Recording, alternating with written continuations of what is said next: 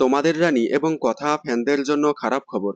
Star জলসার অন্যতম জনপ্রিয় দুই ধারাবাহিক তোমাদের রানী এবং কথা ধারাবাহিক দুটি জলসার টিআরপি চার্টে অনেকটাই এগিয়ে।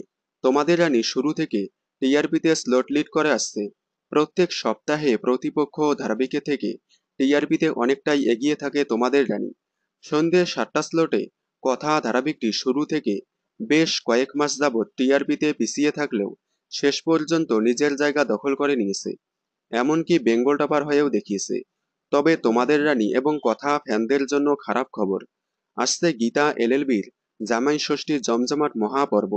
আগামী 9 জুন রবিবার দুপুর 1টায় সম্প্রচার হবে জামাই ষষ্ঠী জমজমাট মহাপর্ব।